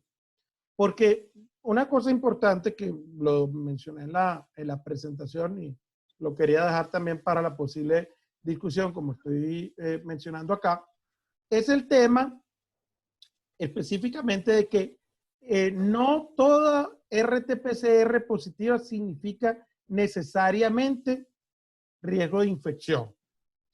¿Y qué quiero decir con eso? Pues que obviamente eso tiene que ver con el hecho particular de el tiempo que haya transcurrido y en tal sentido, pues que ya después de 2 o 3 semanas, en realidad el riesgo desde el punto de vista de infección del paciente va a ser realmente muy bajo. ¿Ok?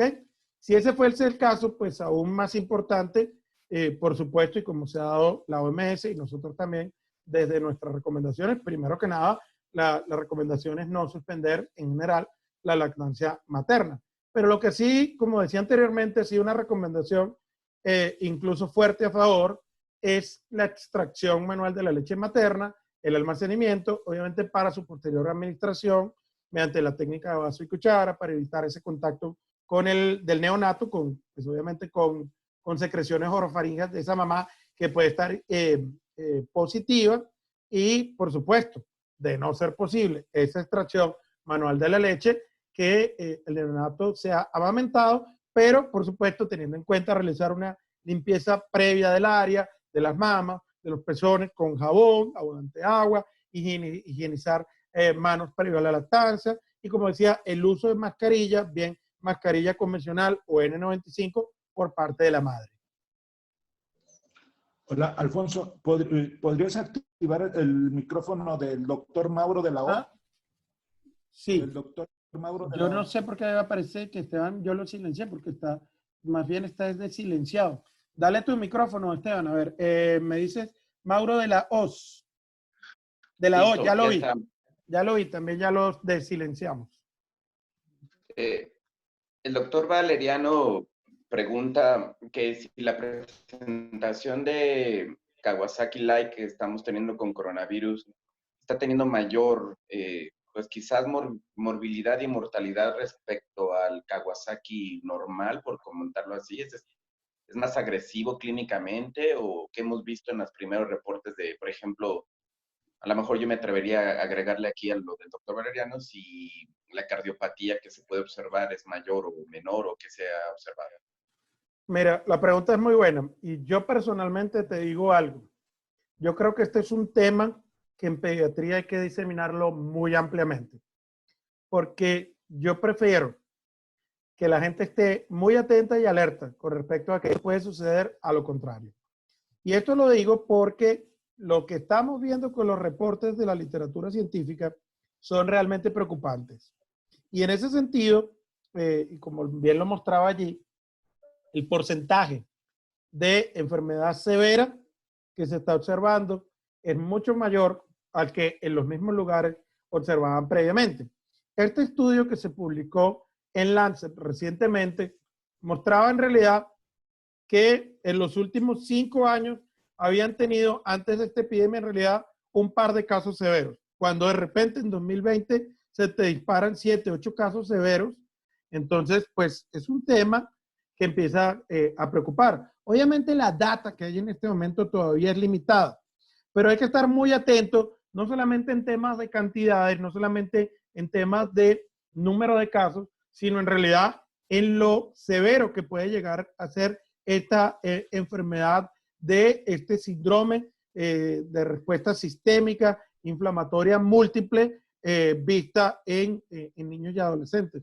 Es un elemento de mucha preocupación que hay que estar muy atento con respecto a cómo va evolucionando y obviamente tratar de intervenir tempranamente. Una de las cosas que yo creo en ese sentido que vale la pena, pues por supuesto, tener presente es que por lo menos en población adulta, que como lo hemos visto, mientras más tempranamente puedan hacer las intervenciones, obviamente mejor va a ser el desenlace de los pacientes.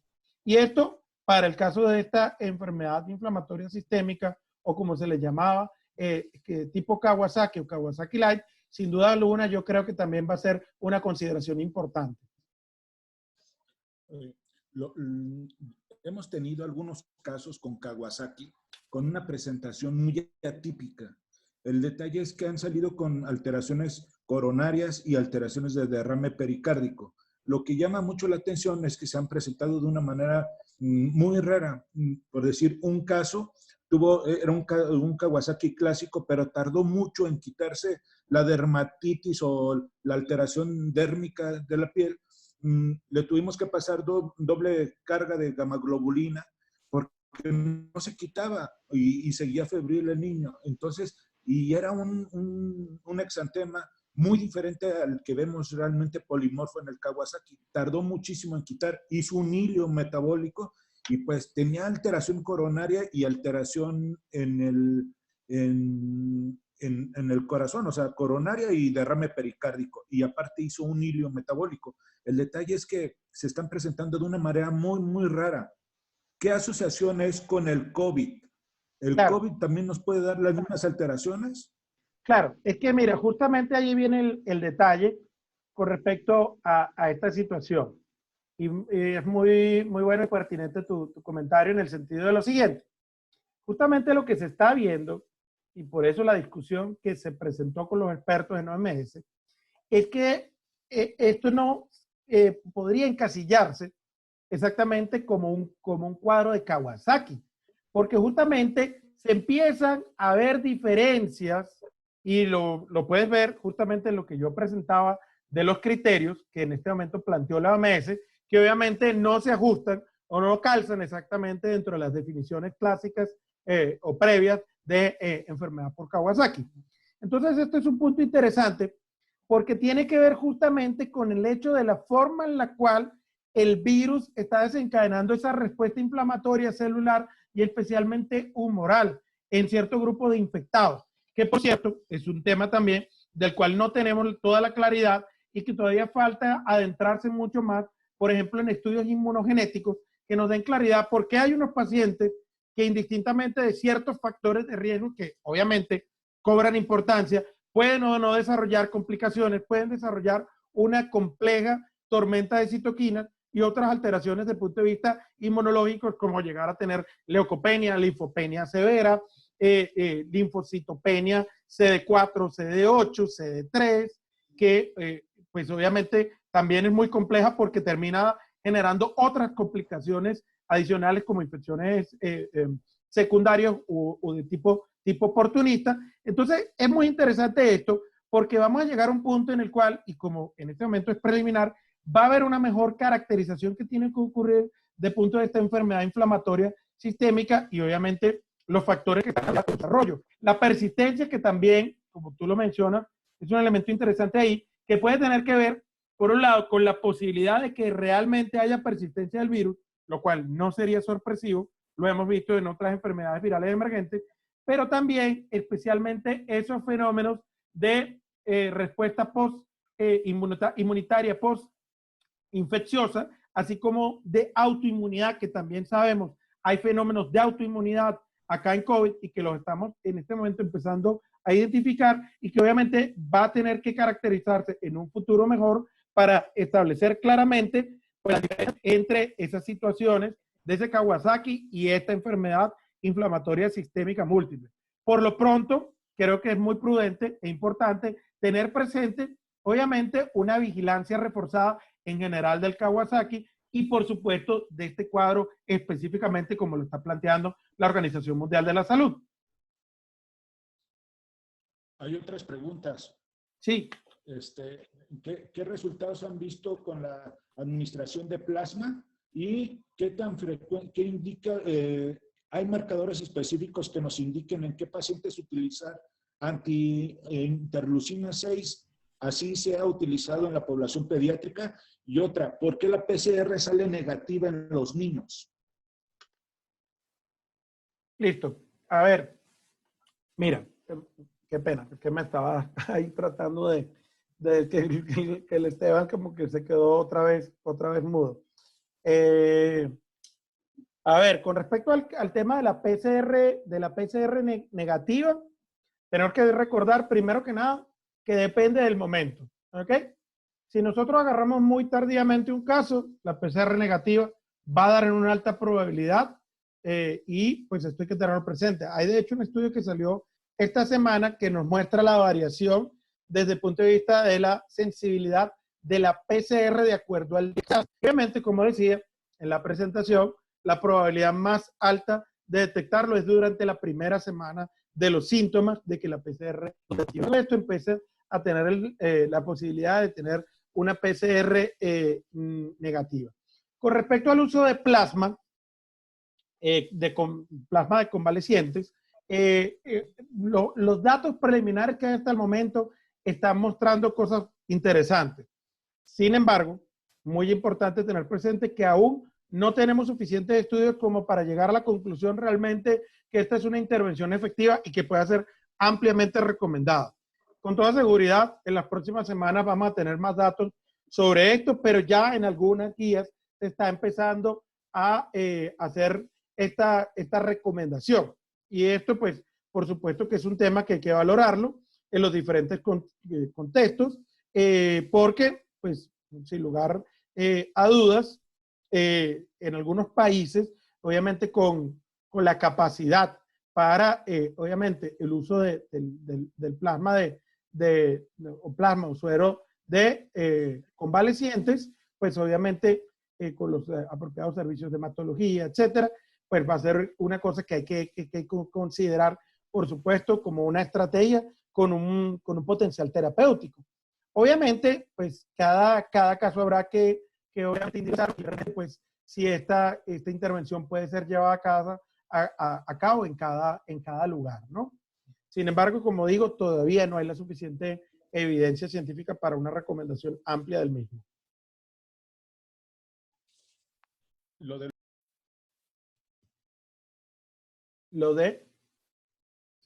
Se silenció el solo. Ahora sí te escucho. Hay marcadores específicos que nos indiquen en qué pacientes utilizar anti-interleucina 6 y se ha utilizado en población pediátrica. Bueno. De IL-6. Sí, por supuesto. Pues lo primero importante sería saber si se tiene, lo ideal sería poder medir los niveles de IL-6 y de otras citoquinas que estamos viendo alteradas en los pacientes. Hacer obviamente un perfil de citoquinas sería lo ideal. Lo que pasa es que, como mencionaba en la plática, no es común, por supuesto, contar en todos los centros con la posibilidad, obviamente, de hacer este tipo de perfiles y poder medir, por ejemplo, MSP1, interleuquina 8, el VEGF, C3, en general complemento. Entonces, pues esto no lo vamos a tener disponible en todos lados. Y esto es un elemento, pues, que primero que nada hay que tenerlo presente. Pero otros marcadores que a veces incluso se usan como proxy, como decía, como el caso, por ejemplo, de la ferritina, de la albúmina, obviamente de las transaminasas, fibrinógenos, pues obviamente nos pueden ayudar a interpretar que hay obviamente un fenómeno de una respuesta inflamatoria y ahí pudiera obviamente también tener algún sentido el uso obviamente de estos inmunomoduladores o de estos fármacos anti-IL-6 y en general inmunomoduladores. Hasta el momento no han salido estudios o ensayos en población pediátrica con el uso de estas drogas. Es un tema, por supuesto, también que tenemos que estar atentos para ver la evidencia científica que se genere, pero yo personalmente no he visto hasta la fecha ningún estudio publicado en población pediátrica. Los que he visto todos han sido en población adulta. Oye, Alfonso, te quiere preguntar algo la doctora Mónica Reyes Berlanga. ¿Le puedes dar micrófono? Pero por supuesto, ya la identificamos aquí para darle la palabra. Berlanga, doctora. Hola, ¿qué tal? Buenas tardes. Buenas tardes. Muchísimas gracias por la plática. Con gusto. Quiero preguntarle qué experiencia habían tenido previamente con coronavirus alfa. ¿Qué serotipos son los que mayormente habían identificado? ¿Y cuál era la manifestación clínica más frecuente que veían con los coronavirus alfa? Muy buena pregunta. Mire, en los coronavirus alfa tenemos dos coronavirus, que son el 229E y el NL63, ¿okay? Que a su vez hacen parte de dos subgéneros diferentes de los alfa coronavirus, que son el duvinacovirus y el cetracovirus. Bueno, estos virus, ¿qué ocurre? Normalmente estos virus no producen patologías severas. Han sido asociados a infecciones respiratorias leves a moderadas y solo en pacientes inmunocomprometidos se ven obviamente cuadros complicados. Nosotros, de hecho, infortunadamente tenemos un caso, yo no hablé mucho de eso para no extenderme más. Obviamente, el tema obviamente de coronavirus tiene actualmente muchas aristas y son muchas las temáticas que podemos discutir en relación a este. Pero nosotros tuvimos un caso acá en Colombia, que de hecho lo publicamos, de un adulto joven que tenía infección por VIH, lamentablemente debutó justamente con un cuadro de infección respiratoria severa, y el paciente tenía un cuadro de inmunosupresión muy importante asociada a la infección por VIH, tenía una linfocitopenia CD4 muy importante, y el paciente resultó coinfectado con virus sincitial respiratorio y además con una infección por un coronavirus humano 229E, que fue, de hecho, confirmado molecularmente. En una época en la cual, de hecho, obviamente, pues, ni soñábamos, ni pensábamos que íbamos a tener esta situación con el SARS-CoV-2. Entonces, en lo que se conocía de los alfa, normalmente producían era una patología leve a moderada, muy limitada, muy asociado a los cuadros de síntomas respiratorios leves o moderados, como se ven también en otros agentes virales respiratorios. No era realmente, y no esto, de hecho, todavía un agente de preocupación. Lo mismo que pasa con otros coronavirus, como el caso del OC43 y el HKU1. Gracias, muchas gracias. Con gusto. Esteban se quedó mudo. No sé por qué. Ya estoy ahí. Lo que pasa es que cuando pones cancelar a todos, me cancelas a mí Ah, también. ya. No, Eso es lo que pasa. ya. Perdón. Mira, yo quisiera nada más agregar dos cosas.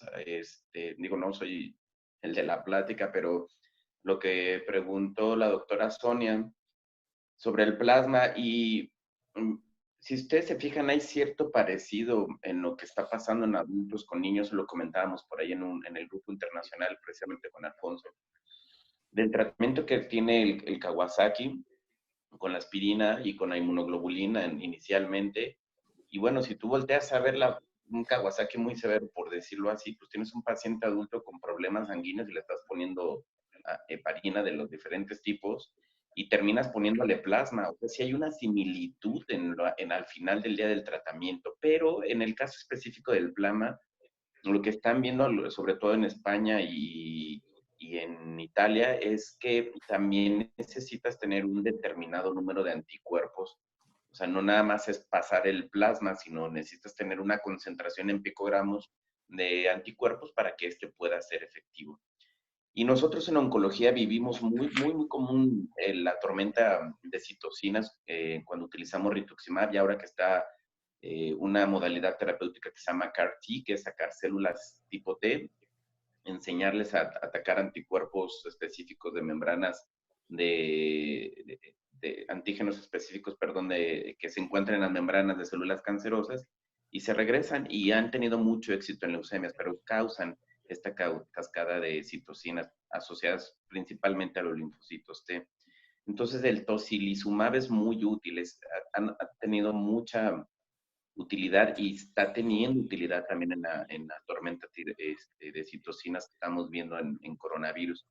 Yo creo que tanto el plasma como el tocilizumab, como la heparina, quizás en un momento dado, no sabemos si la aspirina en el Kawasaki Light, no es un uso compasivo, es un uso bien pensado, bien determinado, a diferencia de muchos otros antibióticos y antivirales y antipalúdicos y todo que se empezó a utilizar bajo este esquema esquema compasivo, y al final algunos de ellos notaron que sí, debes de tener indicaciones porque si no aumentas la cardiopatía, ¿no? Entonces, yo creo que la combinación sobre todo, vamos a llegar en algún momento a tener que establecer muy bien cuáles van a ser esas combinaciones, porque un solo blanco y obviamente diferentes eventos fisiopatológicos pues obviamente tienen que ser atacados simultáneamente. Y hay una pregunta que yo te quiero hacer. ¿Por qué es tan difícil hacer una vacuna para este tipo de virus ARN? Lo he visto también en hepatitis C, lo he visto, pues, cómo tienes que adaptar también el de influenza año con año. Entonces, ¿por qué es tan difícil tener vacunas contra virus ARN? Bueno, primero que nada, hay muchas cosas que hay que tener presentes en relación con este tema, ¿no? Lo primero, y yo diría que antes incluso de la propia aspecto solo biológico del virus, es justamente pues que no sabemos realmente los mecanismos que, digamos, encienden o participan directamente en la generación de una inmunidad verdaderamente protectora. Y este es un tema que pues en otros virus ARN lo hemos venido estudiando mucho en detalle. Ha sido el caso, por ejemplo, en particular, por ejemplo, con dengue, con el caso de chikungunya, con el caso de Zika, porque justamente pues sabemos que solamente el desarrollo de anticuerpos parcialmente, primero que nada, pueden desaparecer a lo largo del tiempo. Y esto se ha visto, por ejemplo, en dengue. Pero obviamente, además, la forma en la cual se genera esta respuesta puede ser muy diferente y esto tiene que ver también con características propias del virus desde el punto de vista de su estructura molecular. Justamente porque recordemos que hay no solamente la estructura completa del virus, sino específicamente partes de ellos que son los que van a tener la mayor interacción con relación, por ejemplo, a las células presentadoras de antígeno, etcétera. Y ahí, en ese sentido, pues hay todo un tema en este momento de estudios cristalográficos, de estudios filogenéticos, en los cuales se está tratando de ver cuáles son justamente los blancos más importantes desde el punto de vista de acciones para el desarrollo de fármacos, pero obviamente también para el desarrollo de vacunas. Entonces, en ese sentido, creo yo, y además como en general ocurre para el desarrollo de vacunas, que esto va a tomar un buen tiempo desde el punto de vista que tengamos una mejor caracterización desde el punto de vista del virus y desde el punto de vista de los mecanismos que se generan de respuesta y conocer obviamente cuáles son los que pueden llegar realmente a generar un tipo de respuesta que termine además siendo protectora. Lo que yo mencionaba, por ejemplo, en la plática, desde el punto de vista, por ejemplo, de anticuerpos también neutralizantes. Sí, comenta el doctor Berlanga que si tiene que ver las mutaciones que hacen estos virus y el tipo de antígeno. A lo mejor no son, o sea, qué tipo de antígeno viral tiene, si será suficientemente grande para provocar la formación de anticuerpos. Bueno, una característica biológica importante de este virus, de hecho que está en este momento en el análisis para saber si esto tiene alguna relación con las cosas que estamos viendo, es justamente que este virus es uno de los virus más grandes que hay, es un genoma bastante grande, ¿ok? Si nosotros lo comparamos, por ejemplo, con otros virus, incluso ARN, es un virus que tiene 29,000 pares de base su genoma, y esto comparado pues con otros virus, el virus de la rabia, etcétera, es un genoma también que es muy grande. Y ese tamaño desde el punto de vista de genoma, obviamente nos habla también de una posibilidad desde el punto de vista también de diversidad antigénica, y no sabemos hasta qué punto obviamente pueden haber o no los temas de polimorfismos que están involucrados y todo el tema que yo discutía, pues que aún no estamos claros a nivel de los sujetos en esa interacción con factores inmunogenéticos que puedan estar asociados. Quiero hacerles aquí una observación. Cuando estaba haciendo la revisión en niños con cáncer, que me pidió Alfonso hacer para una revista, encontré una situación donde el dengue, una vez que te da, pues puedes tener que si te vuelves a enfrentar al virus, la presentación grave del dengue hemorrágico, ¿no? Algo por el estilo pasa en el tema del coronavirus, porque hoy en día sabemos que 6 a 7% de las gripas comunes y corrientes de año con año son coronavirus. Simple y sencillamente no pasa de ser una gripa común, más bien un catarro, mejor dicho, común y corriente. Pero resulta ser que los que aparentemente tuvieron infección por coronavirus y que tienen anticuerpos por el virus común y corriente son también aquellos que tienen mayor probabilidad de desarrollar el síndrome de liberación de citocinas, porque está involucrado, igual que en el dengue hemorrágico, en este caso está involucrado los linfocitos T. Entonces, eso también hay que tomarlo en cuenta, sobre todo si al principio del diagnóstico el paciente ya tiene anticuerpos que se supone que deberían de estar al 7º o 10º día, y si al diagnóstico ya los tienen positivos, hay que tener mucho cuidado con ese paciente, porque va a tener mayor riesgo de desarrollar el síndrome de liberación de citocinas. Sí, eso es muy buen punto y es un tema que de hecho ha preocupado. Primero, con la posibilidad de que exista un fenómeno de reforzamiento dependiente de anticuerpos con otros coronavirus previamente presentados, lo cual, de todas maneras, pues falta más evidencia para llegar a ese punto. Pero también en el hecho, obviamente, de si existe o no existe reinfección. Y si en la reinfección se pueden dar también ese tipo de fenómenos, reinfección hablamos a SARS-CoV-2, y si se pueden dar ese tipo de fenómenos o no. Obviamente ese punto que tú planteas también es importante, viendo especialmente si ya existía previamente o no esa respuesta de anticuerpos, aunque tampoco está claro si la reactividad de esos anticuerpos puede ser una reactividad cruzada tal cual o no. Ese es un tema también que falta mucho también por clarificar con relación obviamente a la respuesta de anticuerpos, pero obviamente es un tema a tener presente porque pues lógicamente pudiera ayudar inicialmente en la sospecha y en la intervención de casos que pudieran de repente progresar a formas más graves de la enfermedad. Aquí en el chat está la doctora Juanita del Carmen, es una infectóloga pediatra, pero además está a cargo de la vigilancia epidemiológica en el estado de Michoacán. Y no sé, Juanita, si nos quisieras retroalimentar o hacer algún comentario o simple y sencillamente platicarnos un poquito de lo que hayamos visto aquí en Michoacán. No sé si Ya aparece está abierto como el Juanita. micrófono. Sí, Juanita, le abrí el micrófono, Juanita. A lo mejor. Buenas tardes. Buenas Hola, tardes. Juanita. Hola.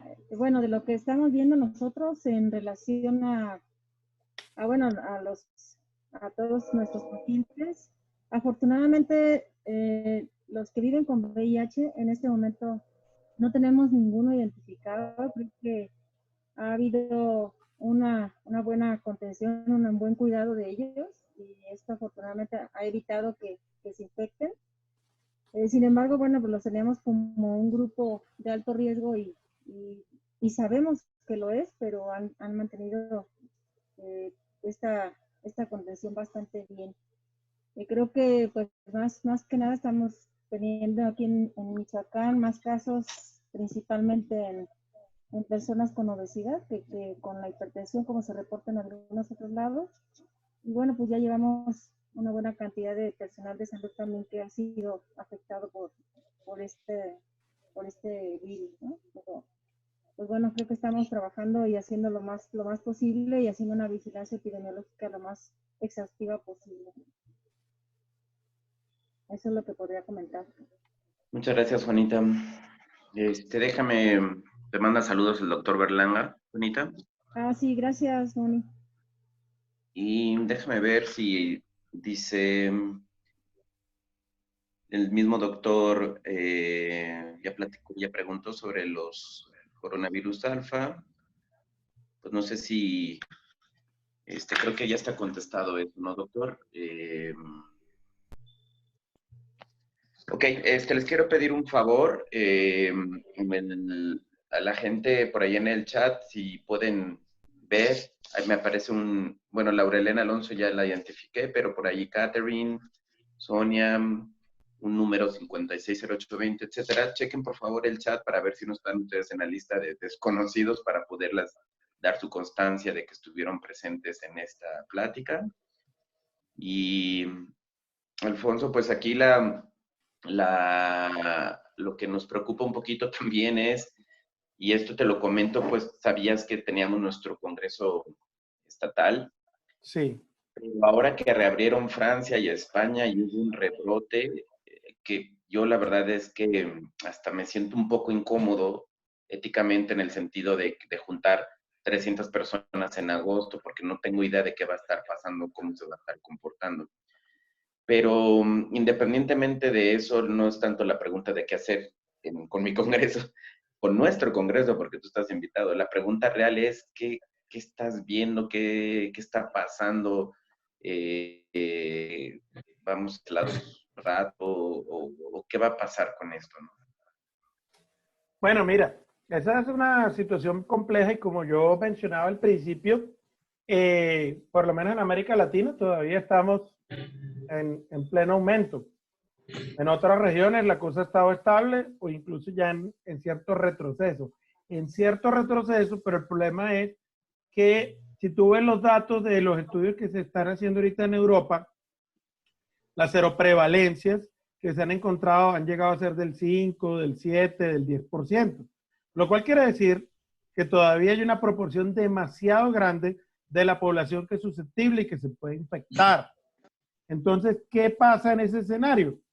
Pues que si no se toman las medidas correctas y no se tiene un cuidado extremo en un regreso demasiado gradual a una cierta nueva normalidad, pues obviamente vamos a tener nuevas epidemias.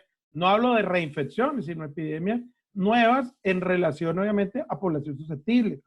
Yo creo que eso en América Latina tenemos que tenerlo muy presente en nuestros países y yo creo que en lo que queda de 2020 definitivamente tenemos que mantener, si no una cuarentena total, por lo menos ciertas medidas que permitan obviamente un regreso muy despacio, muy gradual, una reducción todavía muy importante del contacto físico, obviamente una medida muy amplia de prevención, el uso de las mascarillas, toda la educación, la modificación obviamente de muchísimas actividades, porque lamentablemente lo que estamos viendo es que podemos estar a riesgo otra vez de segunda oleada, obviamente, o de nuevas epidemias. Y eso es lo que nos están mostrando los indicadores epidemiológicos. Entonces yo creo pues que eso va a ser muy importante en la consideración también para América Latina.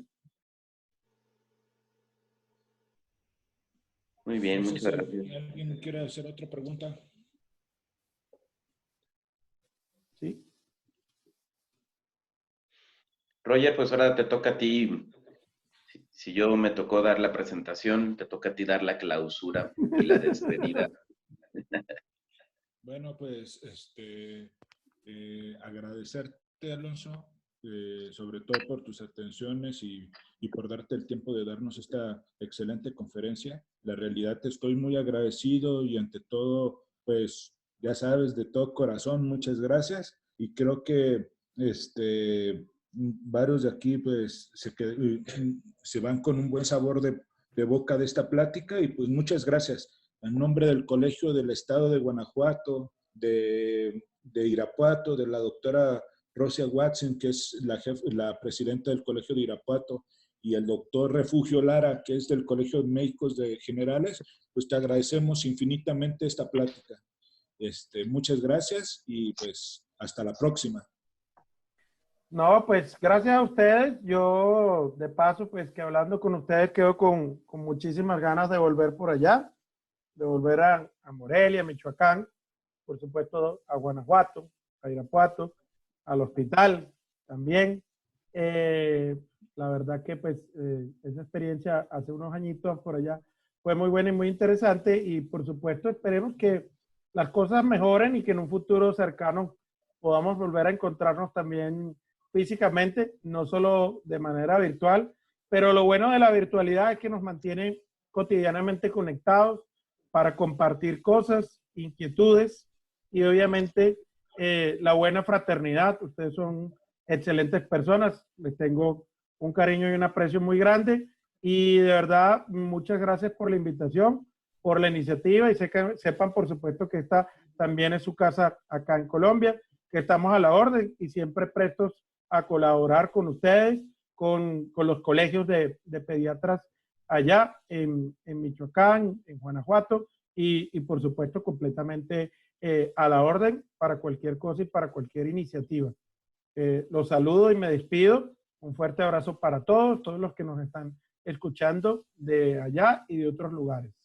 Y bueno, comentar y recordar que esta plática está siendo grabada y va a quedar también disponible. Compartiremos prontamente el enlace para que además pues las personas que no la alcanzaron a escuchar pues puedan tener también la oportunidad.